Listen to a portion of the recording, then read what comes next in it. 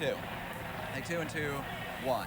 This is as close as we can get to the base of the World Trade Center. You can see the firemen assembled here, the police officers, FBI agents, and you can see the two towers. A huge explosion now, raining debris on all of us. We better get out of the way!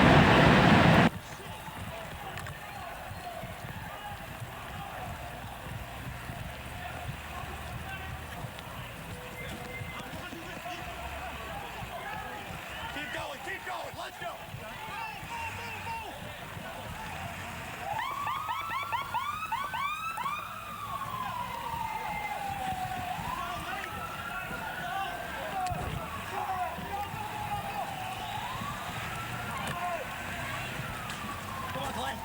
Come on, Glenn, you can do it, Ken.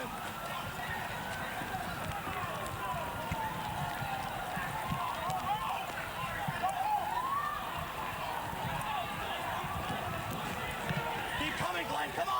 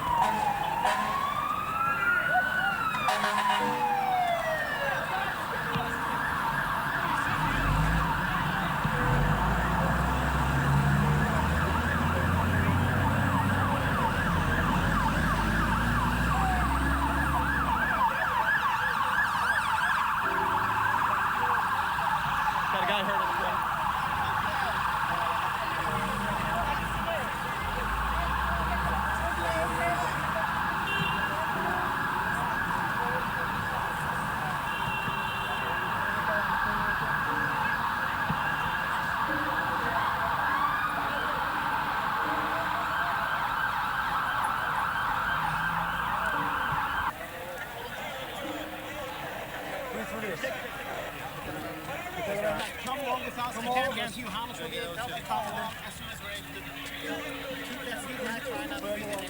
M20 and 6. Guys, it's not working, guys. Come on. It's not working, guys. We don't know what we're breathing in. No. You were in pot.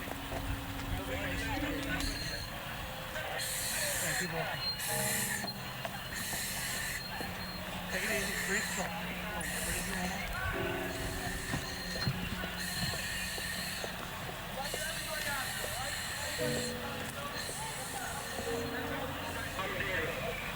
Sergeant Church, how long are you? Sergeant Church, how long are you? Oh, right now.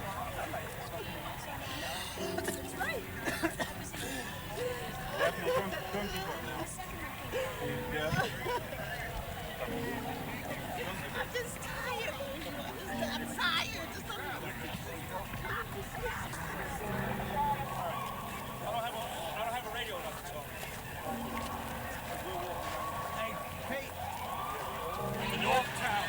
Flowers.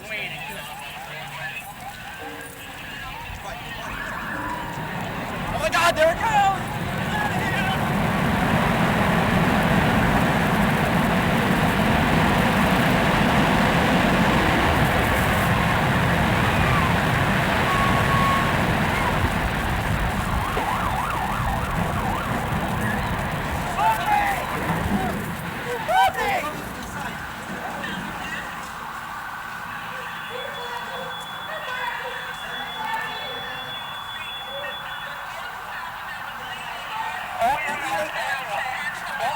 Get in, here comes the car. This is all normal. Everything is fine. Keep going! Don't go! Get inside! It's gonna jump right over this building! It's gonna jump over the building! Shut this Here it comes! Shut this door! Shut this door! Get in here, Marty!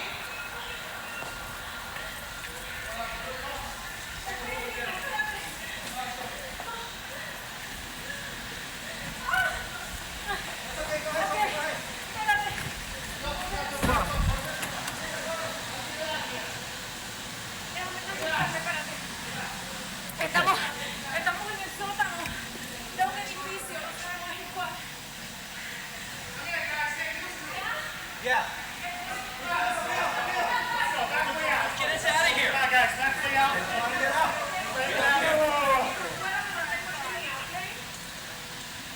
Let's see what opens up here. Get out. Bye. You've repeated. Open the door. Anybody have any entry tools? You got any heavy tools out there?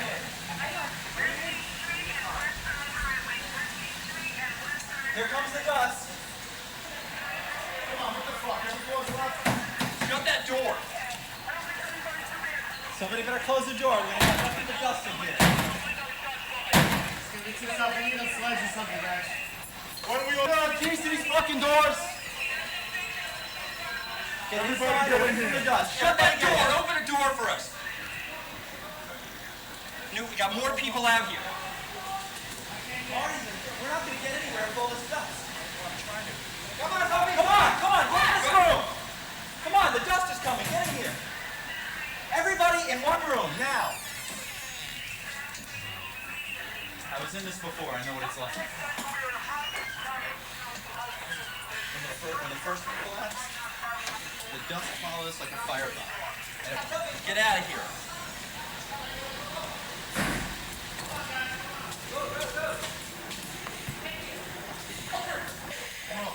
No, you can't get outside this way.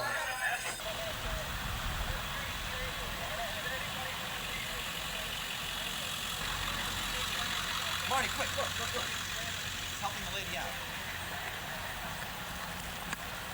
Come on, let's get her. Microphone on.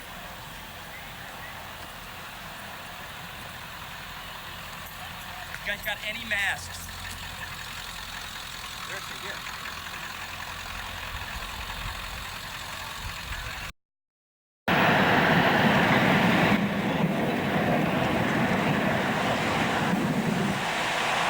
I hope I live. It's coming down on me. Here it comes. I'm getting behind the car. It's incredible. Okay, I'm gonna have to go find people who need help. Because I don't think I'm one of them. You okay, sir? Okay. Can I just get a toot off your respirator? Can I get a toot? I'm just getting a couple of clean breaths. That's good. Okay. Back to you.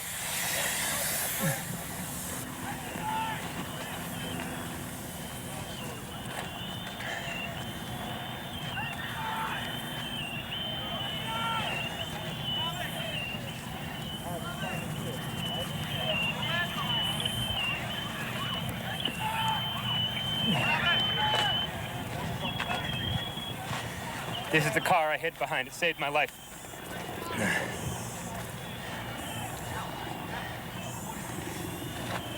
Oh, wait, maybe it was this one.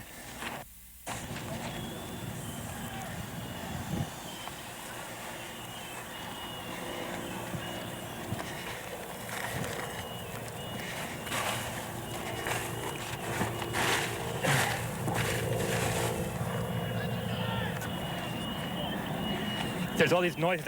I don't know what it is. They say someone needs help. Yeah, Mike! Mike! Mike, come over here! Yeah! Anybody need a doctor? Where are you? Don't have oxygen.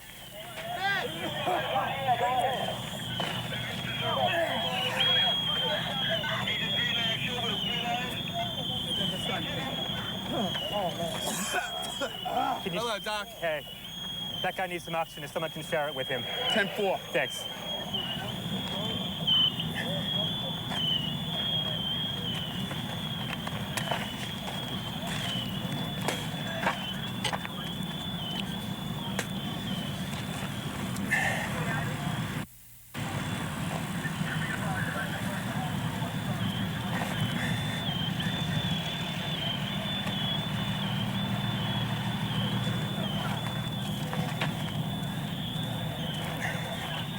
They told me just to wait here at this semi-station area.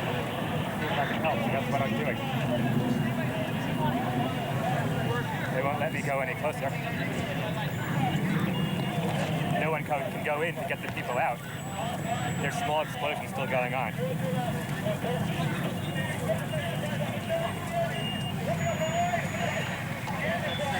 So far, I just seen some people who needed oxygen from the dust.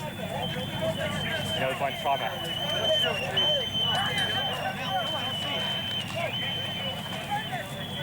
Gonna go wash my eyes out.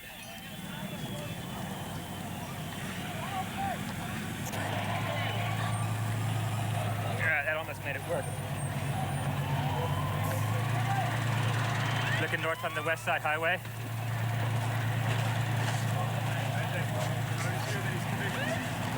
You guys going in? Yeah. Come with you.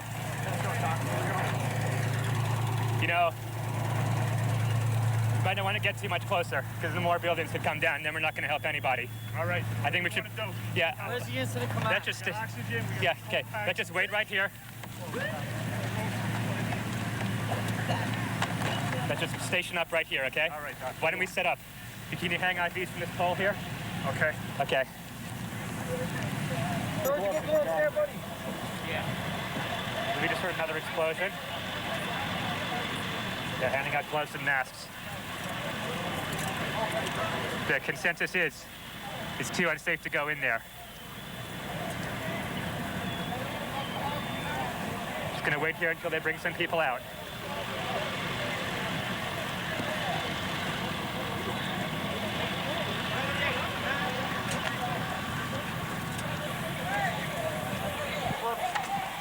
I was hooked up with some firemen with some first aid stuff.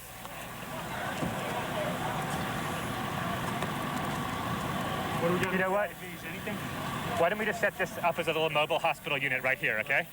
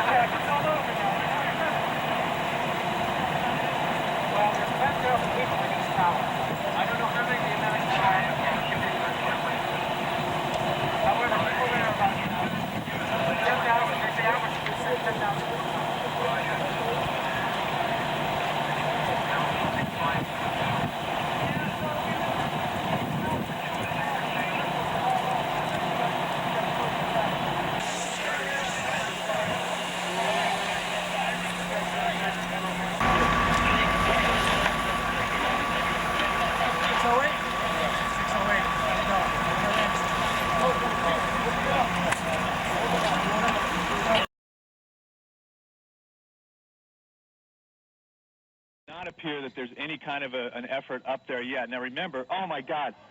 Oh my God. That looks like a second plane. Terrible. Has I just did not hit. see a plane go in. That just exploded. We just saw another plane coming in from the side. You did. I did. That was out of Yes, and that's the second explosion. You could see the plane come in just from the right-hand side of the screen. So this looks like it is some sort of a concerted arriving at the scene. Jim Friedel in Hoboken said it appeared to bank sharply and smash directly, perhaps purposefully, into, oh my goodness. Oh, God. There's another one. Oh my goodness, there's another one. It seems to be on purpose. Oh my goodness, now it's obvious, I think, that there's a second plane just. Okay. Where do you get your knowledge from? How much time do you have in a pilot? It was another. Oh no. Okay. Explosion. Explosions, multiple explosions, ladies and gentlemen. We just saw another explosion. Obviously. We're just watching it again. It's the first time. This is the other tower, ladies and gentlemen. Another explosion at tower number 2 of the World Trade Center just happened live on our air. You're over in Chelsea. Did you hear the explosion from your position? Yes, we did. As a matter of fact, we heard it, and because I was just like standing there, pretty much looking out the window, I didn't see what caused it or if there was an impact. So you have no idea right now? There's another one. Another plane just hit. Right. Oh my gosh! Another plane has just hit. It hit another building. Flew right into the middle of it. Explosion. My God! It's right in the middle of the building. This one into the East Tower. Yes, right in the middle of the building. And right now, that was definitely looked like it was on purpose. You saw a plane? Yes, I just saw a plane go into the building. Okay, go ahead. I say the whole takes about. Looks like 6, 7 floors were taken out. And there's more explosions right now. Hold on, people are running. Hold on just a moment. We've got an explosion inside. The building's exploding right now. You got people running up the street. Okay. Hold on, I'll tell you what's going on. Okay, just put Winston on pause there for just a moment. Okay, the whole building just exploded some more. The whole top part. Okay. The building's still intact. People are running up the streets. Am I still connected? Winston, this would support probably what Libby and you both said, that perhaps the fuselage was in the building that would cause a second explosion such as that. That's what just happened then. That certainly. Yeah, people are running up. We're getting word that perhaps. Okay, hold on. The people here are. Everybody's panicking. All right, Winston. Winston, let me put Winston on hold for just a moment. Okay, I don't know how much longer we're staying. I'm inside of a diner right now. Well, Winston, you know what? If you could give us a call back, I just don't want to panic here on the air.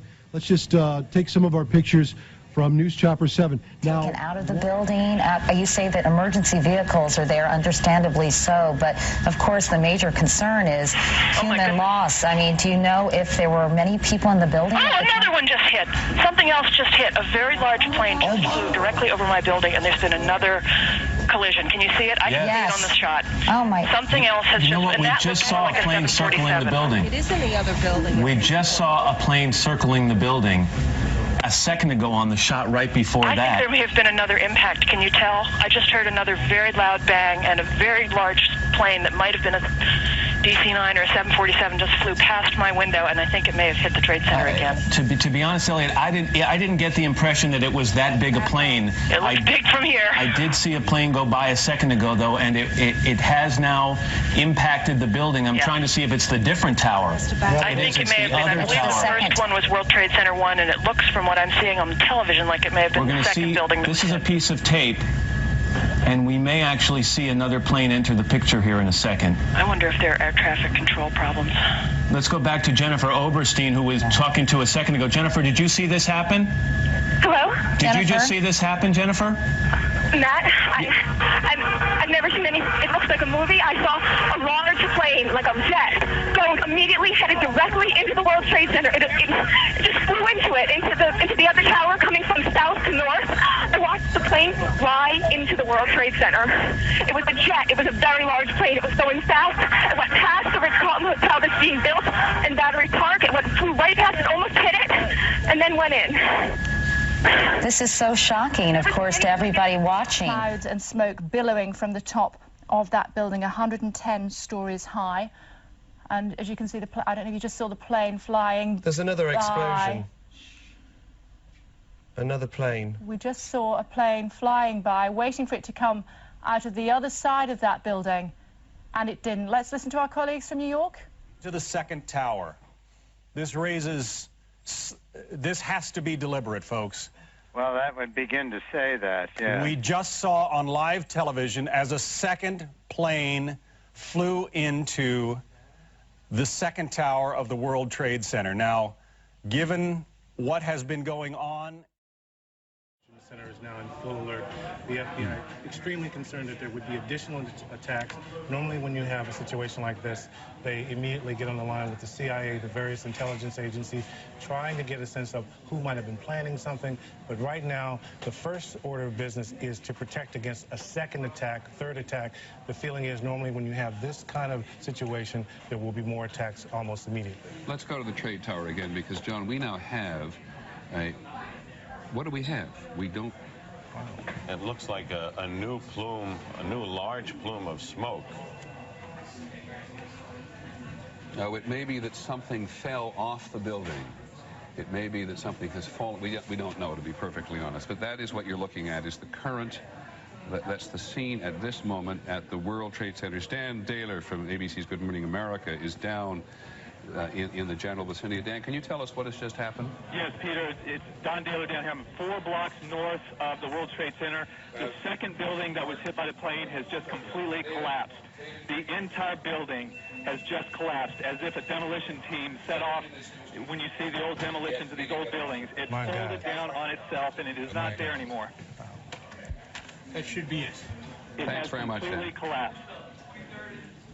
The whole side has collapsed? The whole building has collapsed. The whole building has collapsed? The building has collapsed. That's the southern tower you're talking about. Exactly. The second building that we witnessed the airplane... World has been immobilized as well as a result of these terrorist And that's attacks. a very haunting description that Bob Kerr just gave of that low-flying aircraft near the White House, and one can only wonder if that was something that ultimately ended up in the Pentagon. We just saw a live picture of what seemed to be a portion of the building falling away from the World Trade Center. If we can re-rack that to about 20 seconds ago, you'll see something dramatic happening, and I don't know whether it's another explosion or a portion of the building falling away. But I know there was this tremendous explosion as it hit the Pentagon. I looked over, and the smoke started coming up. Pieces of the plane and pieces of the Pentagon were falling onto the 14th Street, onto the Shirley Highway. Very scary. So I did. Crossing to the World Trade Center in New York, just a moment or two ago, we saw the Twin Tower. It's some 110 stories high. It's starting to fall apart. There's no other way of expressing what's happening. As you can see these pictures here. Not only to tell people to keep some distance from the building, but to take immediate cover. Can you tell me a little bit more? Well, actually, let's look at these live pictures at the World Trade Center. The other tower of the World Trade Center has just collapsed. You are looking at live pictures of the second twin tower at the World Trade Center collapsing as a result of the crash of an airplane into its side. That, I believe, was the first tower that was struck this morning. But I suspect that there's a little tiny bit of panic creeping in here, and people are reporting bangs as explosions. There's no confirmation of other explosions, but certainly every government building in Washington has been closed, and the staff of these buildings have been told, look, go home. It doesn't matter how you get home, just go home. Try not to use cars because the roads are totally blocked, but go home, get away. And of course that's causing a considerable amount of confusion, not to say panic here. Bear with us one second, Keith Graves. We're taking live pictures from our colleagues at Fox News in New York. We know that one of the twin towers at the World Trade Center in New York collapsed a short time ago. Some 25,000 people work inside that building.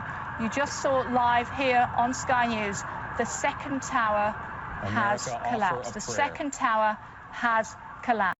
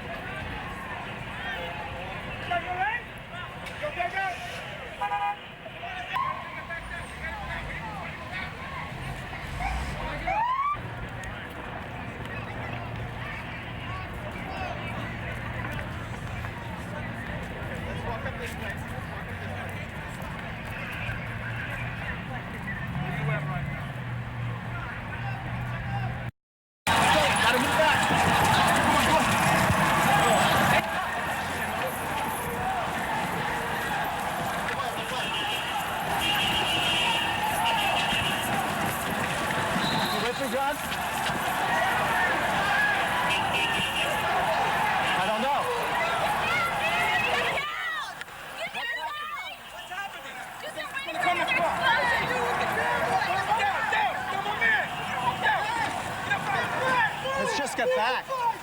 Get back. What is it? They just think there's going to be another explosion. Right? There might be another plane coming.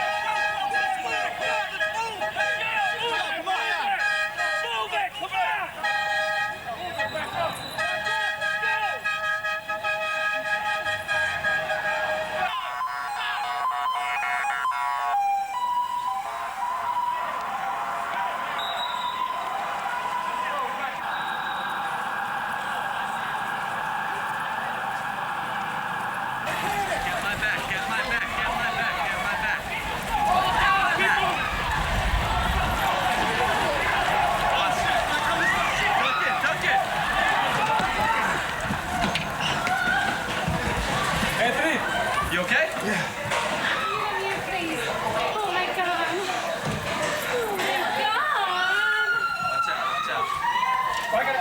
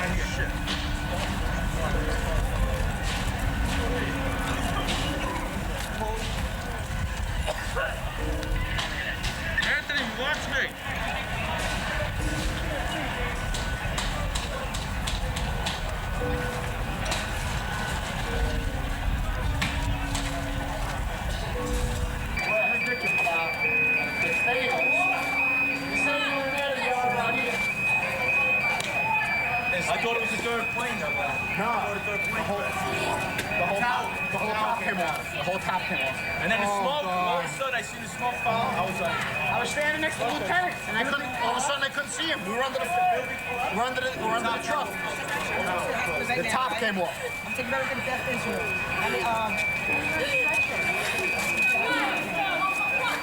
And the fire door on 76 was locked. Anthony, let's get the fuck out of here.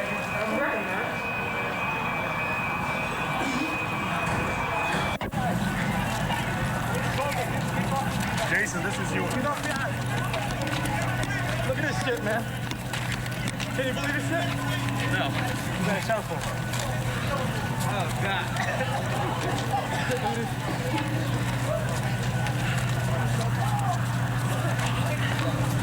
Anybody need some water?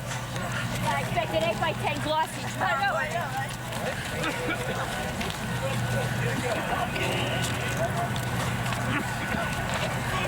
Where are we even going? We got to get you to the medical station so you can get your eyes cleaned out and I can go to bed. Where's the medical station? 100 feet ahead. Everybody goes straight. This ambulance is about 100 feet ahead.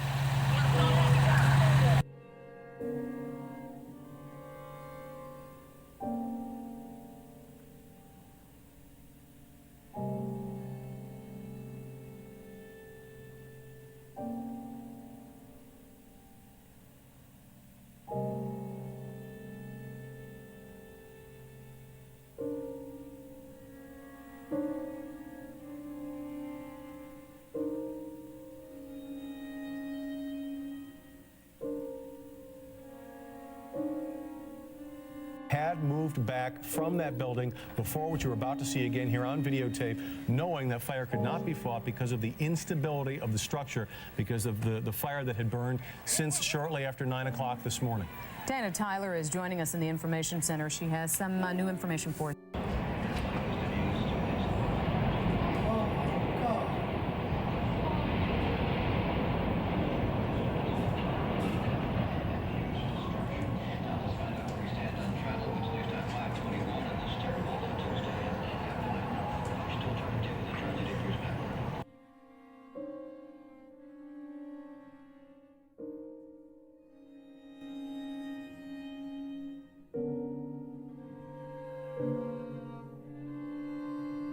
Rick used time-lapse mode to conserve tape, so 2 seconds of real-time recording is... Major difficulties around the area. New Jersey Transit outbound Hoboken Terminal operating on a load-and-go basis, no inbound service, and also out of Newark Penn Station, limited service on the Northeast Corridor and North Jersey coastlines, and the Raritan line is 10 Winds reporter Eileen. The bomber, Eileen.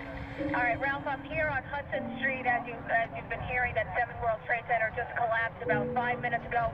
Suddenly we saw officers, tons and tons of, maybe 100 officers, police officers, running north, running along Hudson Street, telling people to move, get out of the way. Again, the smoke was billowing north, and people were running. I'm here with an emergency worker. He's a first-year NYU medical student. He was down there. He was trying to help people. His name is Daryl. Yeah, so I was just standing there, you know, we were watching the building actually because it was on fire. The bottom floors of the building were on fire, and you know, we heard this sound that sounded like a clap of thunder. Turned around, we were shocked to see that the building was well, it looked like there was a shock wave ripping through the building, and the windows all busted out. And you know, it was horrifying. And then you know, about a second later, the bottom floor caves out, and the building followed after that, and we saw the building crash down all the way to the ground.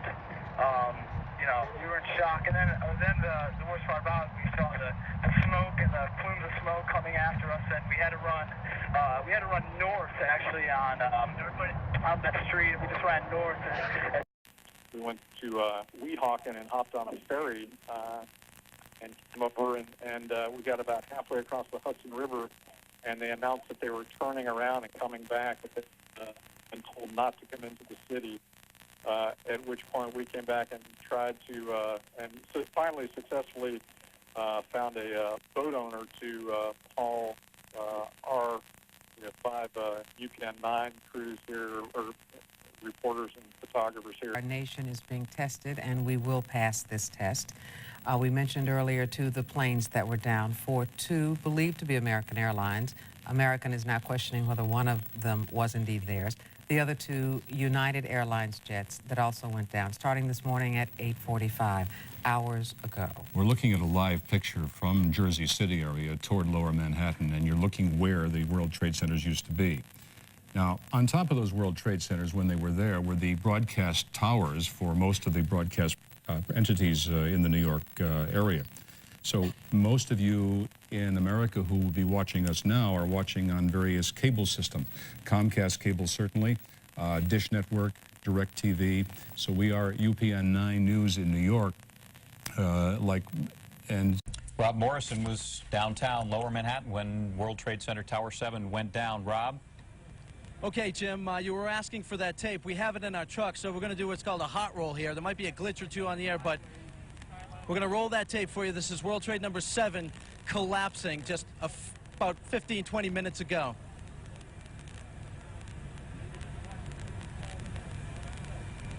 What happened with World Trade Center number 7 was that it was compromised earlier in the day. When the first tower went down, that was the second collapse, which is to say tower number 1. When that went down, it toppled into number 7. A fire started burning at that point, and it burned for a good portion of the day. That was the thick smoke that you saw coming out of that building most of the day. The structure was so compromised, firefighters and other rescue personnel were unable to get near that building. And as we were standing here reporting throughout the day, we saw that building, number 7, start to tilt more and more to the south. And then finally, about 15 or 20 minutes ago, as you just saw there, it toppled, another victim of terrorism, as we've been reporting. Now, as that smoke just about continues to clear up there, we're told that a little bit farther down West Street, we're on West Street right now, and it's really tough to see through all the emergency personnel and all the smoke and the debris that's flying through the air, but we're told that there is another smaller building down there. Not sure which building it is, but it's definitely a smaller building. And right now we're told that that building is compromised as well, and that building might topple down.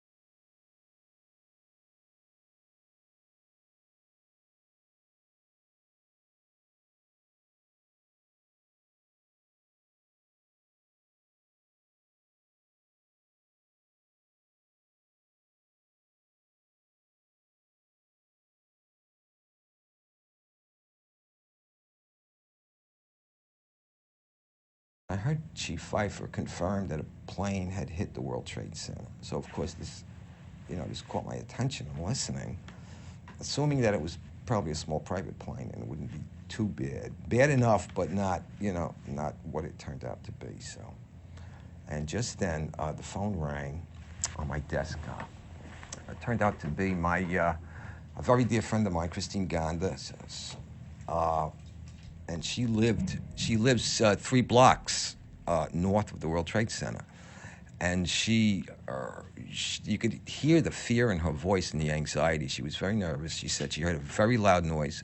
Her windows were rattling. And I said, well, it's nothing too serious. I said, a plane hit the Trade Center, but you're in no danger, so everything will be all right. And just then, our computer went off, and we got the ticket to respond to the, I was at third alarm, and we were to respond to One World Trade Center. That's what the ticket said.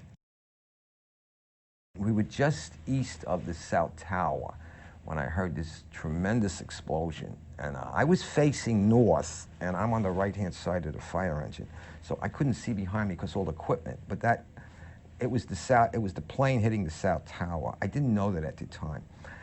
But all this debris came down. It was kind of like, it looked like meteors, and things were hitting the rig, and I saw large chunks of flaming debris coming down.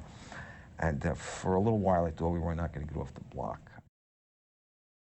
We entered the stairway B, which was the core stairway in the building, which we were using as our attack stairs. And as we were going up, the people in the building were coming down. I was climbing over piles, chunks of concrete, which was kind of surprised me because there was no other damage on the floor.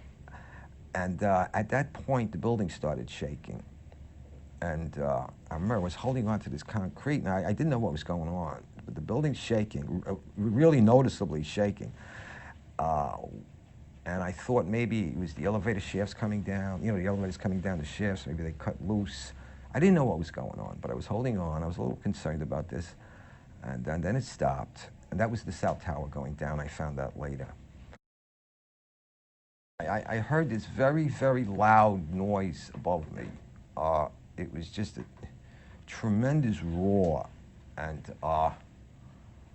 it was above, and it sounded like it was coming towards you, and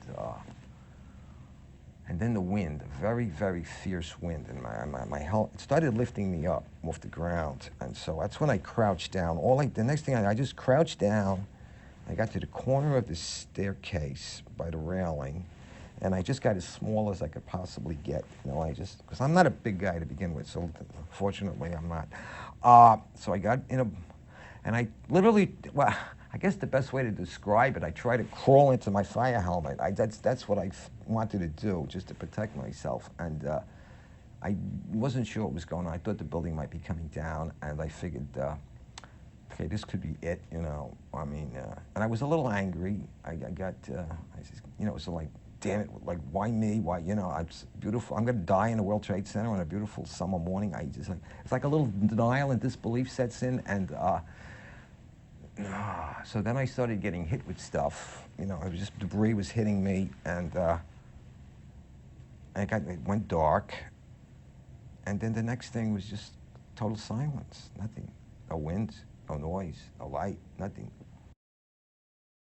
And then I started hearing noises. I started hearing like moaning, and guys were starting to communicate, yell out. These were the guys that I was trapped with. They're calling out, who's there, you guys all right, blah, blah, blah, and this kind of thing. And I realized there was other people. I wasn't alone, because when you're alone in a situation like that, it's like existential isolation. It's like, and then when you find out you're with other people, it makes you feel a lot better. Even though you're in a very bad situation, at least there's other people.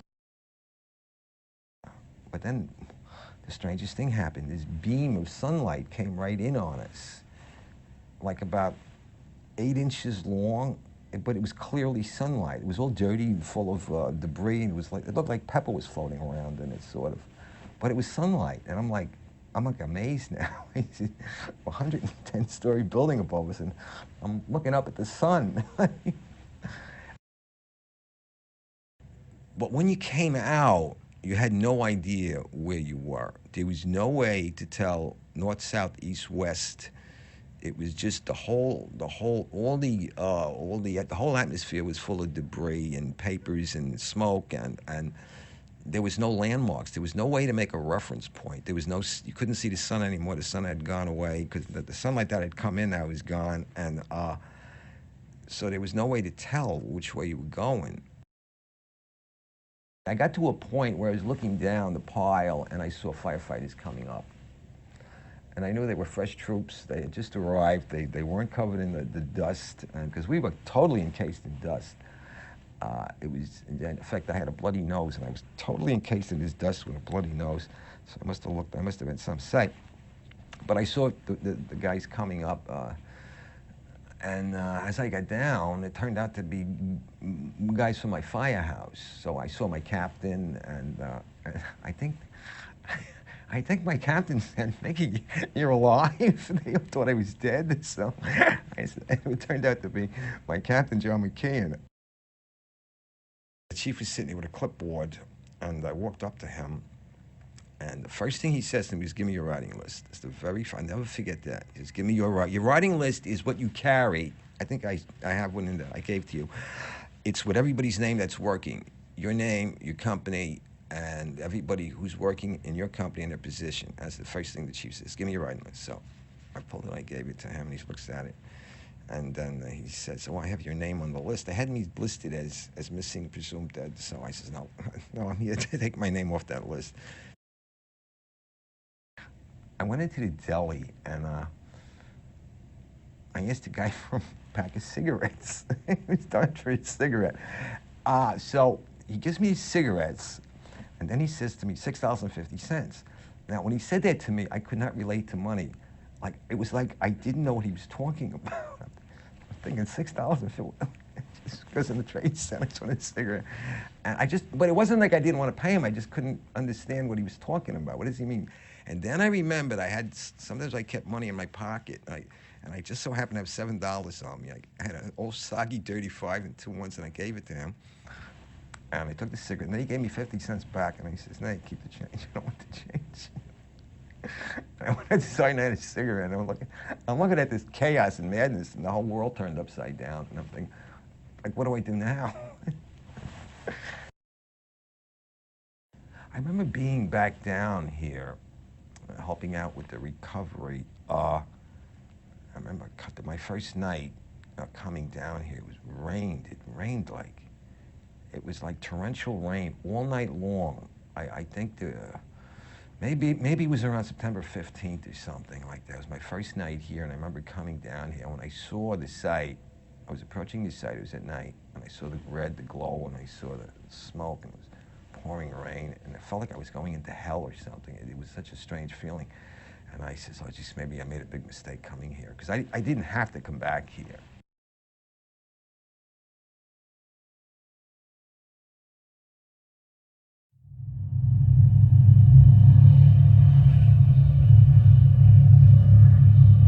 I couldn't care less if they build that building again or not. The only thing I would do to go back there would be sit in the memorial for a little while and count my blessings that I was a survivor.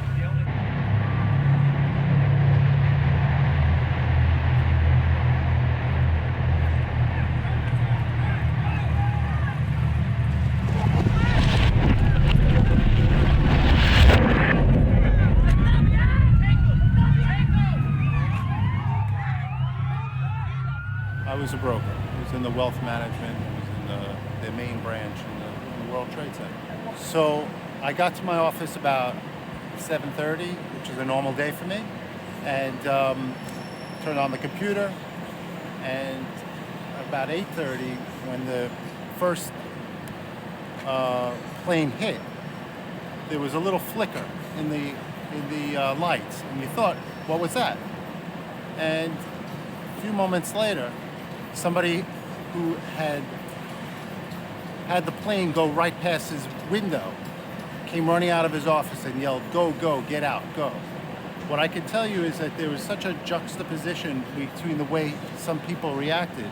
Like that guy who came running out of his office, He got on an elevator, went straight down, and caught the last PATH train to New Jersey. Another guy that was there and had a gas mask in his desk drawer. He put that on and never left his office. That's a guy that we lost. For me personally, we got out and went to the stairwell. I wasn't getting on an elevator. I got down to about 66 when the fire marshal came onto the line and said that a plane hit the North Tower and that, in essence, what he said was our building was completely secure. And he kept it open-ended enough if he wanted to go back to work, that was okay too. But I chose to continue down. I got down to about 56, and I say this is when curiosity got the better of me. I came out of the stairwell. I moved down the corridor overlooking the North Tower. It's when you saw people falling, you see the smoke, you hear, when people falling, you think, oh, people yelling, oh my God, oh my God. You think that you're on the set of a B-rated movie. You never think that this looks real. And you think King Kong is going to come out at any moment.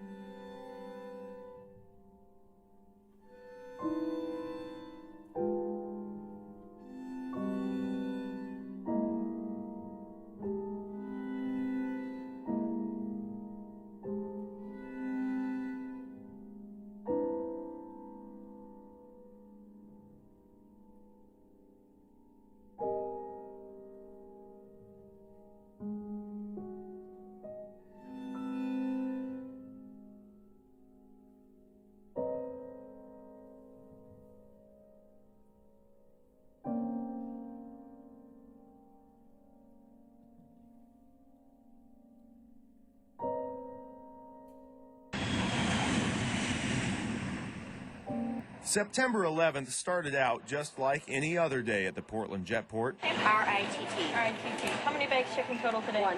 By 5:30 that morning, most U.S. Airways passengers had checked in and were already headed for their gates. The day was already flying along for then customer service agent Mike Toohey. So I was about to take a break and step out on the curb, you know, and then I noticed 2 fellas standing there, and I said, no, I'll take care of these guys before I take a break. Those guys were Mohammed Atta and Abdul Aziz Al-Omari, 2 of the 19 now infamous hijackers. And they stepped up, and you know, I kind of looked at them, didn't pay too much attention initially. Then, you know, you fall into your procedure of check-in. You ask them if they have any banks to check. And then you ask them the security questions. And you ask them for their identification. You know, you have to look at them in their license. Then I looked at them and I saw, it made the hair on my back of my neck stand up. You could feel, it was palpable. You could feel the anger coming out of this man for some reason. And then a thought registered in my head. It had never, ever done that before. It said, if this guy doesn't look like an Arab terrorist, nobody does. That's the exact words that ran through my head. And then I gave myself kind of a mental slap, and I said, that's not right, you know? Despite Mike Toohey's misgivings, the 2 men boarded the U.S. Airways flight headed for Boston. There, they switched airlines and got on American Flight 11. A coworker told Toohey that that flight had hit the World Trade Center.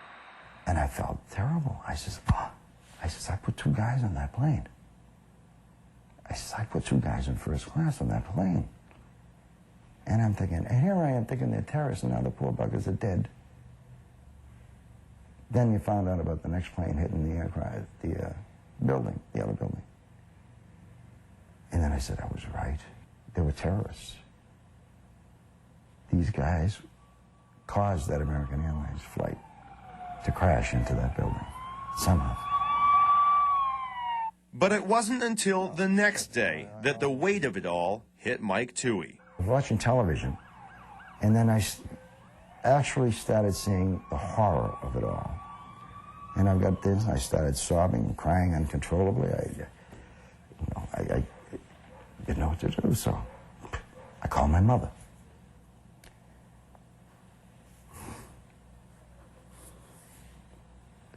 She told me it wasn't my fault.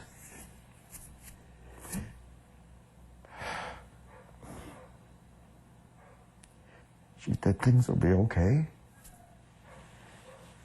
And she stayed with me a few days. And, you know, things seemed to be all right after that. And Toohey says it stayed all right for the next couple years, until 2004, when he retired. It was only then that I really started having problems, psychological problems, occasional flashbacks and unpleasant memories, and you can't get away from it. That's the whole thing. You just can't get away from it. Over the years, through counseling, Toohey says his guilt turned into anger. Because over the years, we've come to find out how much information was known about this. The PDB, the Presidential Daily Briefing of August 6th. You know, it said, New York City, buildings, aircraft, Osama bin Laden, Al-Qaeda, hijack. Now, why didn't they pass that on to the airline industry? Why did they keep that a secret? That there might be people who were going to use aircraft for weapons. Why weren't we told of this? Even with counseling, 5 years later, questions still keep Mike Toohey up at night. Mohammed Atta was the ringleader of the terrorist group. What if Toohey had stopped him from getting on that plane? Would he have called off the attacks? It's the question of questions for me for all these years. I couldn't do anything different. If you stopped them from going on the plane and you were wrong, your career's finished, you're done. If I'm wrong. Now, my chances of being right are, what? It's never happened before. Mike Toohey will carry that with him for the rest of his life. The weight of that what if.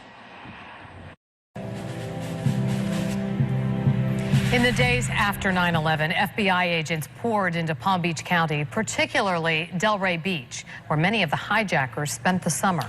News Channel 5's Marissa Bagg takes us to the city forever linked to this tragedy. Delray Beach is known as the village by the sea, but 10 summers ago, it harbored several of the hijackers behind the 9/11 attacks. Those unexpected ties to terrorism have left their mark on this community. They were living among us, eating in our restaurants, renting our properties. Jackie Allen is haunted by the fact she leased out an apartment to Marwan Al-Shihi, the hijacker pilot who flew United Flight 175 into the South Tower of the World Trade Center. It's sad to be even associated with that. It will never go away. Allen only met Al-Shihi once when the toilet inside his unit broke. The gentleman met me at the door. He sat down immediately. He put his hands down in his lap. He put his eyes down. He never looked at me. Al-Shihi and the other hijackers may have been trying to keep a low profile, but the FBI traced their steps all over Delray Beach. They used the computers at the public library. They stopped into Hubbard's pharmacy asking for hand cream. Just weeks before the attack, hijackers rented a single-engine plane at the Palm Beach County Park Airport in Lantana. The killers were in our backyards, yet no one knew. Something could have, should have been done to prevent that kind of thing from happening. But it's all hindsight, of course. But it wasn't until after the horrific events of September 11th unfolded that Allen realized how close she came to mass murderers, that she had spoken to one, even tried to help fix his toilet, which she later learned he had destroyed himself. Al-Shihi left the Hamlet apartment in August. When Allen went in to clean it, she found white powder on the floor. I put my finger and I smelled it, and I almost tasted it, but I didn't. At the time, Allen didn't think much of it, but as the FBI swarmed the apartment, it hit her. That's when we went, holy cow. That's probably how they blew the toilet out of the concrete. A decade later, Allen now lives a quiet life in Delray Beach with her pets. She still wonders, what if? She insists nothing about their encounter was suspicious, but that doesn't ease the pain. To be personally touched is not a good thing. It's kind of a hole in your heart. In Delray Beach, Marissa Bagg, WPTV News Channel 5. 12 years since the September 11th terrorist attacks. We will have more on the president's address on Syria coming up in just a minute, but first, so much has changed since 9/11, especially in air travel. Our Jonah Kaplan is live at Mitchell International Airport this morning with a look at some of the different security measures there. Hi, Jonah. Good morning, Susan. Good morning, Vince, and a pleasant good morning, everyone. Let's go back even 12 and a half years to life before 9/11, especially at the airports. Remember, anyone could go through security. We can go to the gate. We can greet our family. We could leave, well, we didn't really have laptops, I guess, but anything was in the bag, and we could pack a lunch with a drink. So is it time to perhaps revert back to pre-9/11 security, especially now that we've been 12 years since 9/11? Well, a new program called Expedited Security, the pre-screen, is coming to MKE, and we wanted to ask you, the traveler, what you thought about that. Here's how it works. Think of it as a three-way partnership between the airlines, the government, and you. Frequent flyers will have the option to sign up for a pre-screen and background check through the TSA. So when you're at the airport, if you've been approved, you could keep your shoes on, your belt on, keep the laptop in the bag. And again, we ask you, the traveler, is this a good idea?